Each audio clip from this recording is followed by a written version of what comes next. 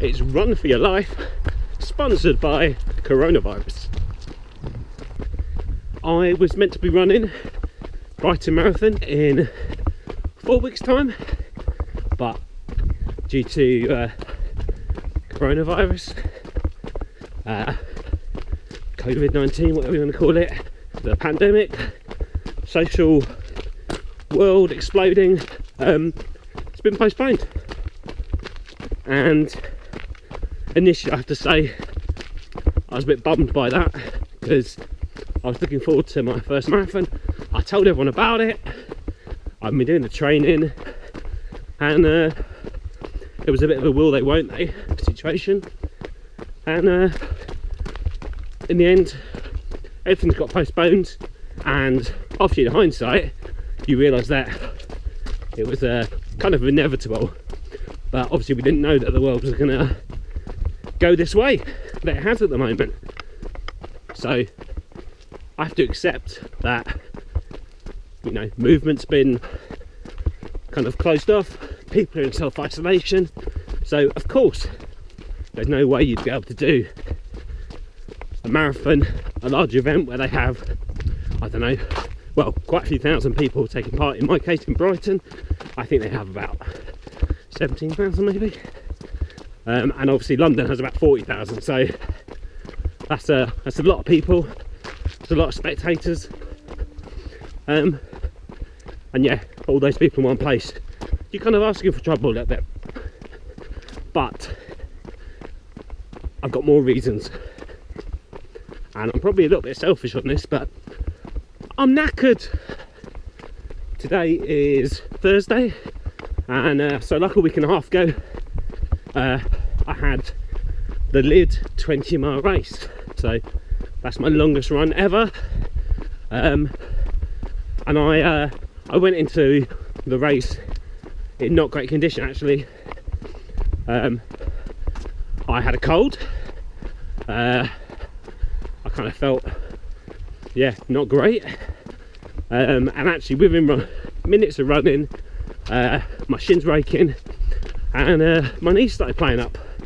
So I've got a lot of good excuses, but I finished the race. I managed to plod my way through. It was really hard, I'll tell you that. I used to say just having a constant ache for 20 miles, 32 kilometers is not great when you're trying to mentally push yourself through for your longest run. You don't need all those kind of other things to annoy you. I did learn quite a few lessons though on that run. One, don't have a cold, obviously. 2, make sure you're in good condition. 3, I had a backpack with me with water in. That got really annoying, so I knew that on marathon day I wouldn't be wearing that, because there are going to be a lot more water stops and things like that.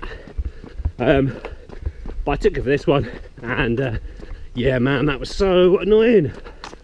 But as I say, I got through it. I was knackered, but I didn't really realise how knackered I was until, you know, the coming week afterwards.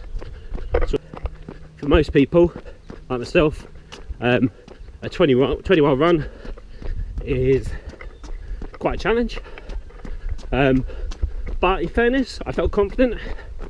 I'd done a 17-mile run the week before. Before that, probably like a 16, a 15, kind of scaling back, and I thought I'd done well for my training. But then this cold came, and don't worry, I'm going somewhere with this. It's not just an excuse. But with an already weakened immune system,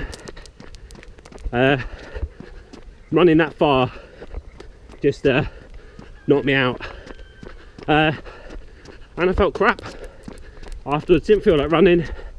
I know it's only a week and a half ago, but normally I would have been doing a lot more running, and I'm quite, well, not happy, but not unhappy that the marathon's been postponed, because I would have run it.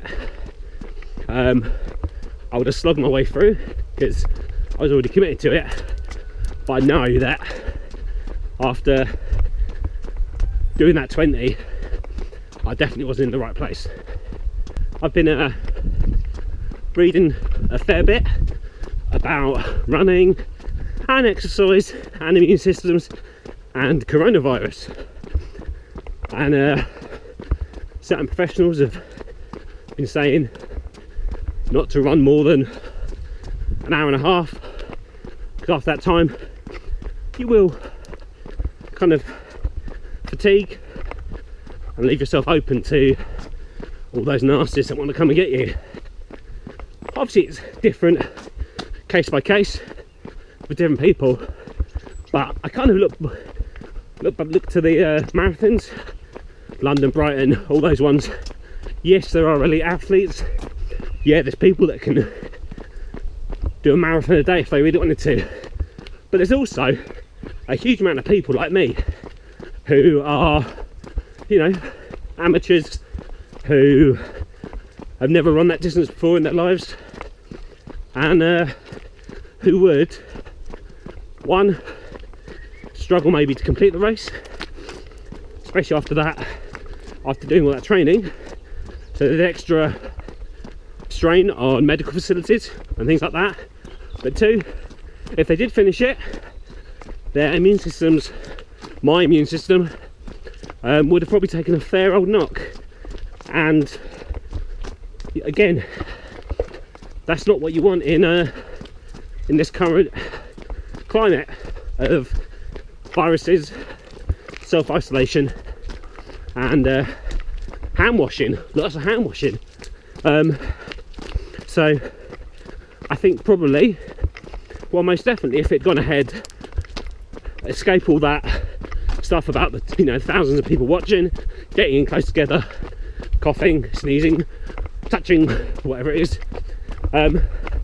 you'd have quite a lot of people that would run those races, run the training leading up to the races, and would get back home and basically have a shit immune system for a little while.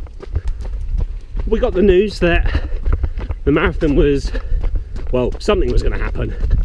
Was it going to happen? Was it going to get postponed? Was it just going to get cancelled? And quite a lot of my running friends and myself, we trained for this race and we wanted to do it. So there were options of just doing the race anyway, same route or down that way, but obviously unofficially. One, not a great idea. It'd be boring, you wouldn't have the crowd, but also it's just not as much fun because the roads aren't shut and those kind of things. So we'll knock that one on the head. The other option was to find another local race, a smaller one that was going ahead, but again, after the big races cancelled theirs, a little while later a lot of smaller local races cancelled as well, so that's out the window. And then the third option was to organise something with friends just locally to go for a run around here, but even then we're being told to keep away from each other and not have gatherings like that, so kind of knocks that one on the head as well. And I guess I was kind of up for probably all of those, but then we come back to that immune system about knackering and fatiguing yourself, and yeah, probably at the moment it's best to knock that on the head. Puddles.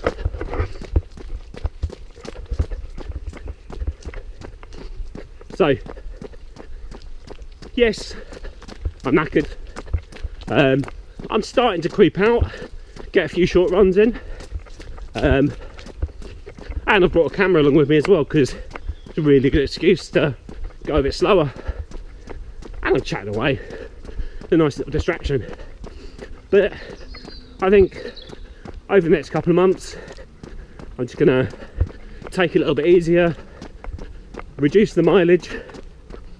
I always see about maybe increasing speed, because my pace has dropped drastically after doing the longer runs. So yeah, maybe I can concentrate on those short runs and getting a bit faster as well.